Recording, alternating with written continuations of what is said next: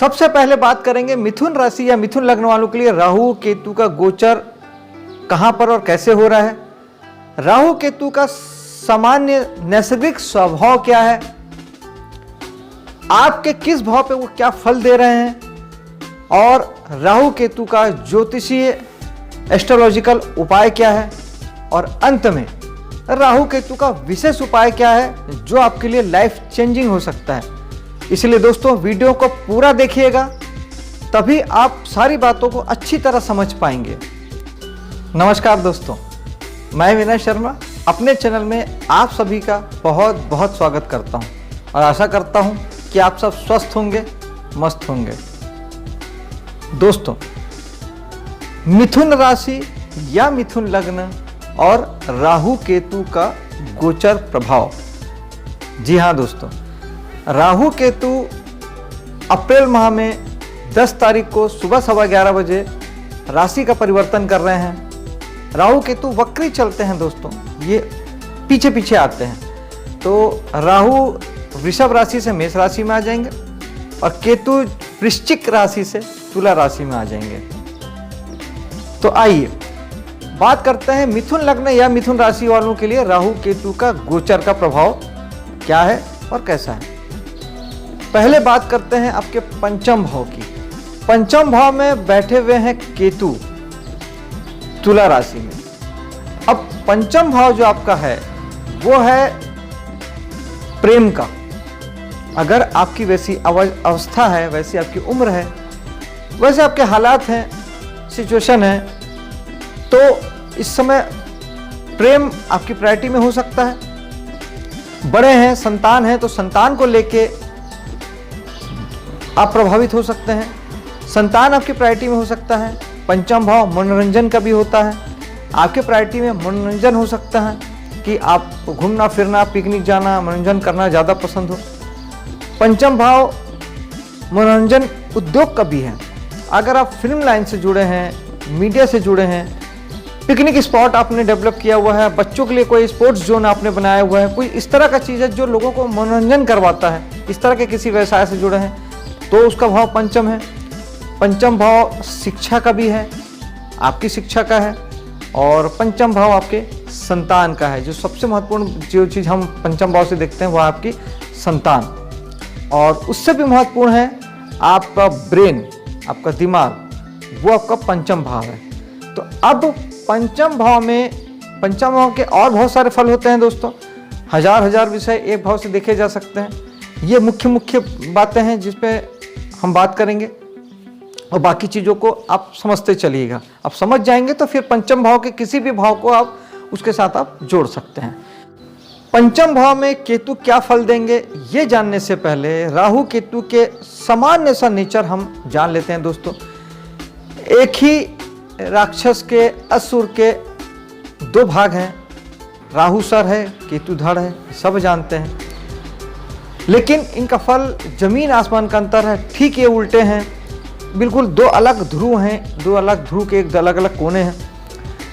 राहु मोह है, माया है, भ्रम है, तो केतु मोह के ठीक उल्टे विरक्ति है। केतु किसी चीज से जोड़ता है, राहु किसी चीज से जोड़ता है, तो केतु अलग करता है, केतु खोलता है। केतु मुक्ति है, राहु बंधन है। राहु एल्यूजन है, भ्रम है, कल्पना है, भविष्य है। राहु टोटल आपको भविष्य दिखाता है, आपको सपने में रखता है, सिर्फ प्लानिंग में रखता है, क्योंकि राहु सिर्फ सर है तो वहां केवल प्लानिंग है। जबकि केतु प्लानिंग है ही नहीं, वो आपको सिर्फ चलना सिखाता है, सिर्फ करना बताता है। केतु मतलब कर्म, वहां कोई प्लानिंग नहीं है, सिर्फ करना, सिर्फ चलना, सोचने का कोई रोल ही नहीं है, सिर्फ करना। और केतु मुक्ति है, केतु मोक्ष है, क्लैरिटी है। अगर राहु भ्रम है तो उसका उल्टा केतु क्लैरिटी है। केतु वर्तमान है, वर्तमान मतलब वो वर्तमान, और आपका पूरा पिछला अतीत, यानी आप जो पिछले जितने भी जन्मों से आप जो भी अपने जितने भी आप अपना संस्कार आप लेके आए हैं, ज्ञान बुद्धि विवेक आप लेके आए हैं, जो कुछ भी नॉलेज आप लेके आए हैं, आज जो वर्तमान में आप जिस वजूद के साथ में आप खड़े हैं वो पूरा के पूरा केतु है, वो पूरा अतीत और आपका पूरा वर्तमान, ये केतु है। और यहाँ से जो आगे जो सोच, आप जो भी भविष्य में आप जो बनना चाहते हैं, जो सोचते हैं, भविष्य की दौड़ लगाते हैं, सपना देखते हैं, वो भ्रम है, जो है ही नहीं वो तो भ्रम है,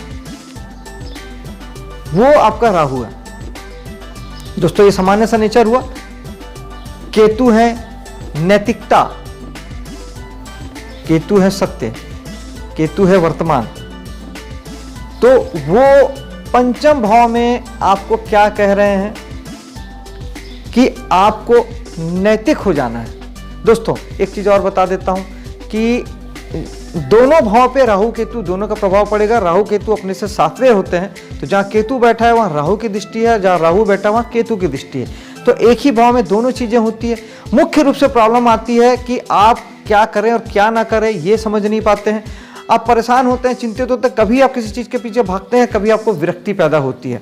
राहु भगाते हैं, केतु विरक्ति देते हैं, दोनों ग्रह पे दोनों ग्रह का प्रभाव है। इसलिए आपको जहां पर केतु है आपको वहां पर केतु डिटैच करेंगे चीजों से, आपको अलगाव देंगे, आपको संतान से, आपको प्रेम से, आपको मनोरंजन की जगह से, आपको अगर मनोरंजन उद्योग से आप जुड़े हैं तो वहां से, और आपकी शिक्षा से, एजुकेशन से, इन सारी चीज़ों से केतु डिटैचमेंट देंगे, विरक्ति देंगे, टिकने ही नहीं देंगे। आपका मन सब चीज़ को छोड़ के भगने को करेगा। और राहु परेशान करेंगे क्योंकि चीज़ों को करना तो है, तो राहु बोलेंगे करना है, केतु बोलेंगे नहीं करना है। तो यहाँ पर केतु के लिए हम एक ज्योतिषीय उपाय समझते हैं कि केतु हो या राहु, दोनों के लिए ध्यान, मेडिटेशन एक सबसे बढ़िया उपाय है। दोस्तों मेडिटेशन राहु केतु दोनों को ठीक करता है, क्योंकि मेडिटेशन इल्यूजन को दूर करता है।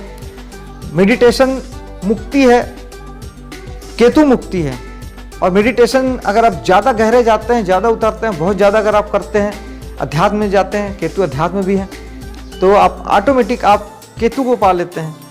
और पहला ध्यान जहाँ से ध्यान शुरू होता है वो राहु है, एकाग्रता जो है वो राहु है। तो ध्यान शुरू राहु से होता है और ख़त्म केतु पे होता है। तो आप यहाँ अगर ध्यान करते हैं तो राहु और केतु दोनों ठीक हो जाते हैं। केतु के लिए गणेश जी की पूजा बहुत अच्छी होती है, आप गणेश जी की पूजा कर सकते हैं। दान में नींबू का दान या 2 स्वाद वाले जो खट्टे मीठे फल होते हैं वो केतु का दान है। 2 रंग होते हैं, खासतौर पे जो चेक्स के जो कलर्स, चेक जिसको हम कहते हैं, 2 रंग के जो कपड़े होते हैं वो भी केतु की चीज़ें हो जाती हैं। मल्टी कलर भी केतु के ही आ जाते हैं। तो बहुरंगी कपड़े जो हैं, चेक्स जो हैं, खासतौर पे काला सफ़ेद जो चेक्स होता है वो केतु का है। कंबल केतु की चीज़ें हैं, ऊनी कपड़े केतु की चीज़ें हैं। तो ये सारा चीज़ आप दान कर सकते हैं, इससे भी केतु ठीक होते हैं। सिंपल आप नींबू और फल वगैरह भी दान कर सकते हैं, इससे भी केतु ठीक होते हैं। ये था दोस्तों केतु का उपाय। अब बात करते हैं आपके धन भाव की, जहाँ पे बैठे हैं राहु। दोस्तों राहु आपके एकादश भाव में बैठे हैं। अब एकादश भाव जो है आपके धन लाभ का है, गेंस का है, समाज सोसाइटी का है, आपके फ्रेंड सर्किल का है, बड़े भाई बहन का है, आपका जितना भी सोशल मीडिया है वो भी फ्रेंड्स हैं तो वो भी वहाँ से आ जाता है, एनजीओ वगैरह वहाँ से आता है, सामाजिक रूप से जो भी आप जुड़ते हैं सोसाइटी, सब वहाँ से आता है। इन चीज़ों के लिए राहु आपको पागल बनाने वाले हैं। राहु आपको एक्चुअली में राहु पहले भटकाने वाले हैं, राहु सपना दिखाने वाले हैं, राहु इनके पीछे भगाने वाले हैं, मोह बनाने वाले हैं, बांधने वाले हैं। आप इन सब चीज़ों से बंधेंगे, इन सब चीज़ों के पीछे भागेंगे और राहु हैं वो भगाएंगे ही। केतु की दृष्टि है वो कभी विरक्त करेंगे, कब? जब आप भागेंगे और आपके अनुरूप आपको फल नहीं मिलेगा तो फिर आप केतु की तरफ आएंगे।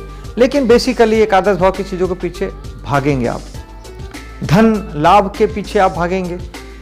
दोस्तों किसी भी ग्रह के फल को समझना या उपाय को समझना सबसे आसान है, हो जाता है। कि आप एक बात समझिए कि जैसे आपका कोई बच्चा है, आप उसे नहीं बताएंगे कि क्या करना है, तो उसकी अपनी एक ऊर्जा है, वो धरती पे जन्म लेके आया है, अपनी उसकी एक ऊर्जा है, तो उसे जो करना है वो करेगा। और फिर वो अच्छा भी हो सकता है, बुरा भी हो सकता है। आप बड़े हैं या आप समझते हैं कि आपके लिए क्या सही है क्या गलत है, तो आप अगर उसका मार्गदर्शन करेंगे, आप उसे अपने हिसाब से अपनी दिशा में अगर लगाएंगे, तो वो यही काम करेगा। एक ही व्यक्ति दो जगह तो नहीं हो सकता। यही बात ग्रहों के साथ लागू होती है। आप अगर ग्रह का उपयोग करेंगे ना, तो फिर ग्रह वो देगा जो आप चाहते हैं। एकादश भाव में राहु जो है वो आपको भगाना चाहते हैं, दौड़ाना चाहते हैं, लेकिन राहु दुर्भाग्य भी है, रुकावट भी है, बाधा भी है।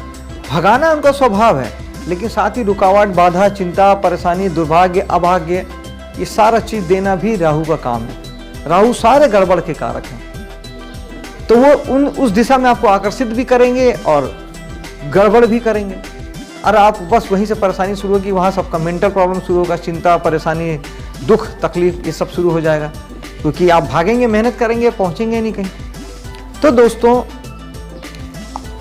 उसके लिए राहु के लिए ज्योतिषी उपाय जो है वो ये है कि आप एक सूखा नारियल बहते हुए जल में हर महीने की अमावस्या को आप बहा दें।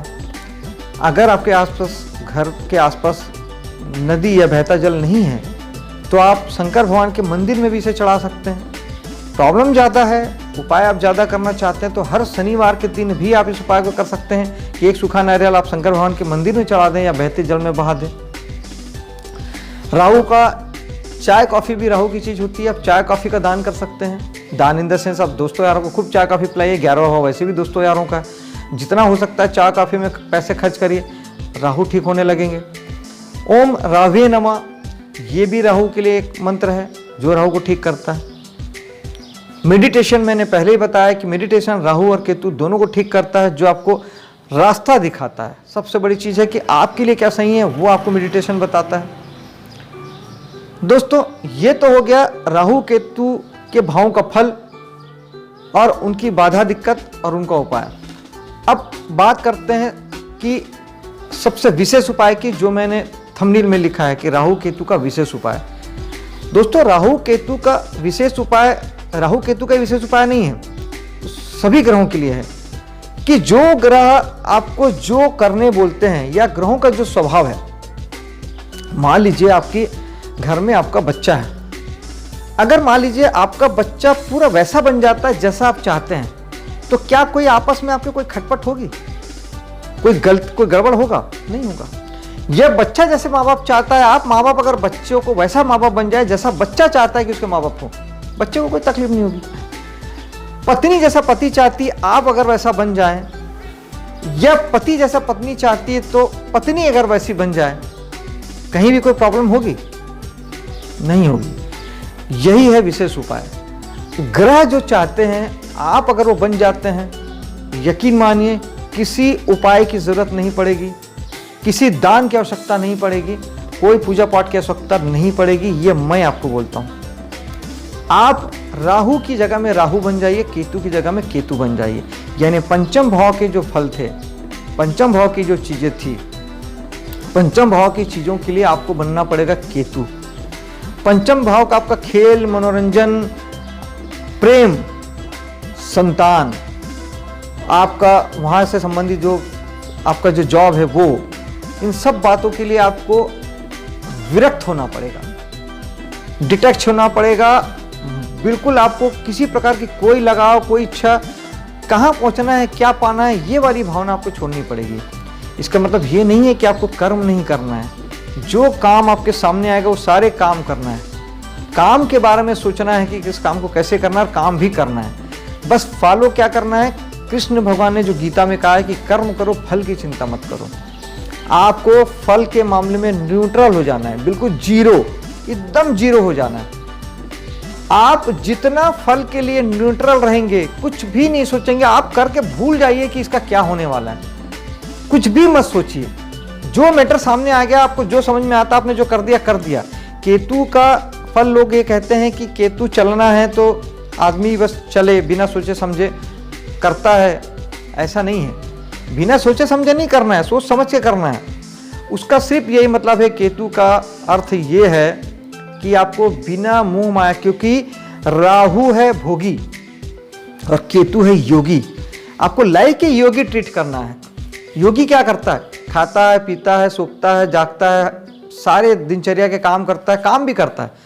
कबीरदास जी बैठ के जुलाहा है, कपड़ा भी बुन रहे हैं, लेकिन उससे कोई अटैचमेंट नहीं है। बिका तो ठीक, नहीं बिका तो ठीक, पैसा आया तो ठीक, नहीं आया तो ठीक, उससे कोई लेने देना नहीं, वो अपना काम कर रहे हैं। आपको भी बस अपने काम करने हैं। संतान के लिए जो करना है कर दीजिए, प्रेम के लिए जो करना है कर दीजिए, शिक्षा के लिए जो करना है कर दीजिए, जो भी आप मनोरंजन के लिए करना है उसको एट ए टाइम कर दीजिए। केतु, मैं फिर कहता हूं, केतु वर्तमान है। पंचम भाव की चीजों को आपको केवल वर्तमान में जीना है। आप इसको ऐसे समझिए, पंचम भाव की चीजों को केवल वर्तमान में जीना है। कोई कहानी किस्सा ले जाना ही नहीं है आगे। जितना ज्यादा भविष्य की प्लानिंग करेंगे सब फेल हो जाएगा, आपके हाथ कुछ नहीं आएगा, बल्कि आप दुख दर्द में आ जाएंगे। क्योंकि आप भविष्य प्लानिंग करेंगे तो आप वहां राहु को ले आएंगे और आप तकलीफ में आ जाएंगे। पंचम भाव में अगर आप केतु बन के जीते हैं, योगी बन के जीते हैं, वर्तमान में जीते हैं, आपको कोई तकलीफ नहीं आएगी और आपको रिजल्ट इतने अच्छे आएंगे, आपकी उम्मीद से कहीं ज़्यादा अच्छे रिजल्ट आएंगे। आप करके देख लीजिए। 18 महीने के लिए राहु केतु आए हैं, 1 महीने का प्रयोग आप करके देख लीजिए। पंचम भाव की चीज़ों से आप डिटच होकर देख लीजिए, विरक्त होकर देख लीजिए। बस काम करिए और कुछ मत सोचिए, जो चीज़ सामने आ जाए कर दीजिए। ना कुछ आगे सोचना है ना पीछे सोचना है, किसी प्रकार का कोई धारणा मत बनाइए, कुछ मत करिए। आप देखिए क्या शानदार रिजल्ट आते हैं, करके देखिएगा। और एकादश भाव की चीज़ों के लिए तो राहु बनना है। तो आप बोलेंगे राहु बनने में क्या खास है? राहु तो ऑलरेडी राहु बना रहे हैं, यानी भगा रहे हैं, दौड़ा रहे हैं। नहीं, उसका उपयोग आपको अपने लिए करना है। राहु 10 दिशा में भगाएंगे आपको, यहां भी चलो वहां भी चलो। अब एकादश भाव दोस्ती यारी का, फ्रेंडशिप का, आपका पूरा वक्त दोस्ती यारी, फ्रेंडशिप, समाज, सोसाइटी में चला जाएगा। आप अपने लिए चुनिए कि आपके लिए क्या अच्छा है, आपके लिए क्या बेहतर है, आप कहां पहुंचना। पहले आप अपना एनालिसिस कीजिए कि आपका गोल क्या है, पहुंचना कहां चाहते हैं, और फिर अपनी सारी ऊर्जा को आप वहां पे लगा दीजिए। आपका बहुत सारा वक्त समाज, सोसाइटी, दोस्त यार, ये सब आपका ले लेने वाले हैं, तो चला जाएगा, खर्च हो जाएगा, बाद में आप पछताएंगे। तो आपका वो लाभ और गेंस का भाव भी है। आप अपना वक्त को उसमें भी लगा सकते हैं। सामाजिक रूप से आप कोई ऐसे काम में कर सकते हैं जिसको आप लॉन्ग टर्म में आपको अच्छे बेनिफिट्स हों, आप जीवन में कहीं पहुंचे। समाज, सोसाइटी से ऐसा जुड़ सकते हैं कि जिसमें आपकी प्रतिष्ठा बढ़े, बिना मतलब का समय खर्च ना हो, आप जीवन में कहीं कुछ पहुंचे, कुछ बने। एनजीओ से जुड़ के आप वहां से पैसा भी कमा सकते हैं, अच्छे धन लाभ कमा सकते हैं। पंचम भाव शेयर वगैरह का है, वहां का इन्वेस्टमेंट आपको यहाँ पे आपको लाभ दे सकता है। लेकिन आपको फोकस्ड होना पड़ेगा। राहु आपको 10 तरफ ले जाएंगे या चिंता और परेशानी देंगे। चिंता और परेशानी मेडिटेशन से ठीक होगी। आप फोकस होकर राहु की सारी ऊर्जा को अगर एक जगह लगाएंगे तो आप जीवन में तरक्की कर पाएंगे। अब सब तरफ अपने को मत बांटिएगा कि पैसे भी कमाना है, सोशल मीडिया में भी जाना है, दोस्तों को भी समय देना है, समाज, सोसाइटी में भी जाना है। सब तरफ मत बटिएगा। आप किसी एक चीज पे अगर फोकस्ड हो जाएंगे तो ये राहु आपकी जिंदगी बना देगा। फोकस होने की जरूरत है दोस्तों, करके देखिएगा। वहां आपको राहु बनना है, पंचम भाव में आपको केतु बनना है। राहु सपने हैं, ड्रीम है, भविष्य है, भविष्य की बातें करता है। वहाँ की जो भी चीज़ें हैं वो भविष्य में होती है, और चूंकि वर्तमान हमेशा वर्तमान में रहता है और भविष्य की चीज़ें हमेशा भविष्य में रहती है, वर्तमान में आती ही नहीं, इसलिए वहाँ दुख पैदा होता है, इल्यूजन पैदा होता है। तो मोह माया तो राहु देंगे, आप उसका यूज़ करिए और खुश रहिए। बहुत ज़्यादा बटिए मत, बहुत ज़्यादा ड्रीम पे मत जाइए। कंट्रोल्ड वे पे अगर इस काम को आप करते हैं, जैसे नमक और शक्कर की बात है, थोड़ा सा भी नमक ज़्यादा हो जाए तो खाना जहर हो जाता है, कम हो जाए तो स्वाद नहीं आता। आपको लाइक के नमक के तरीके से राहु को इस्तेमाल में लेना है दोस्तों। अति हर चीज़ की बुरी है, राहु आपको अति में ले जाते हैं, इसलिए वो मेंटल प्रॉब्लम देते हैं, सोच ज़्यादा, परेशानी ज़्यादा। ये उसके लिए सबसे अच्छा उपाय है दोस्तों। वीडियो पसंद आया हो तो लाइक और शेयर कीजिएगा, मेरे चैनल को सब्सक्राइब कीजिएगा। मिलता हूं अगले वीडियो में। जय हिंद।